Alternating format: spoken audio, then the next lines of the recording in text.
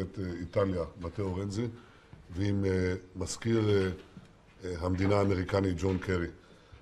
אני אומר לשניהם שישראל עומדת במידה רבה כאי בודד אל מול נחשולי האסלאם הקיצוני ששוטפים את המזרח התיכון כולו. אנחנו עמדנו עד היום בהצלחה והעדפנו את ההתקפות הללו, ועכשיו אנחנו גם עומדים בפני אפשרות של מתקפה מדינית, כלומר ניסיון לכפות עלינו באמצעות החלטות באו"ם נסיגות לקווי 67 תוך פרק זמן קצוב של שנתיים, והדבר יביא את גורמי האסלאם הקיצוני לפרברי תל אביב ולליבה של ירושלים. אנחנו לא נאפשר את זה, אנחנו נעדוף את זה בתקיפות, באחריות, אבל שלא יהיה שום ספק, הדבר הזה יידחה.